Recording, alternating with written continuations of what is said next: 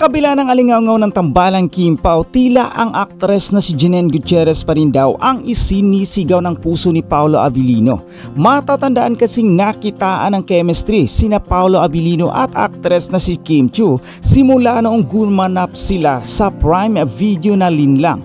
Nasundan pa nga ito ng isa pang proyekto sa ilalim naman ng View at ABS-CBN na ipuproduce ng Dreamscape Entertainment. Kaya naman maraming nagsasabi na posible umanong magkatuluyan ang dalawa, lalo pa tila nasa binggit ng alanganin ang relasyon ni Kim sa jowa nitong si Sian Lim.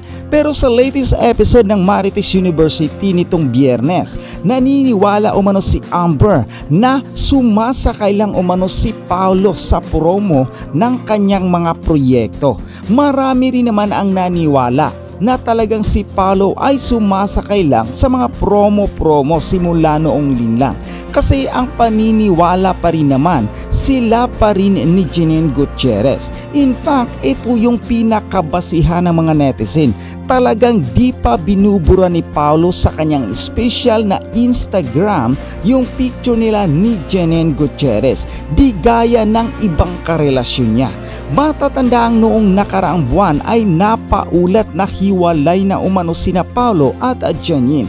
Bagamat wala pang opisyal na pahayag ang dalawa tungkol sa totoong estado ng kanilang relasyon, inamin ni Janine sa isang panayam na may special na ugnayan daw na namamagitan sa kanila ni Paolo Abilino.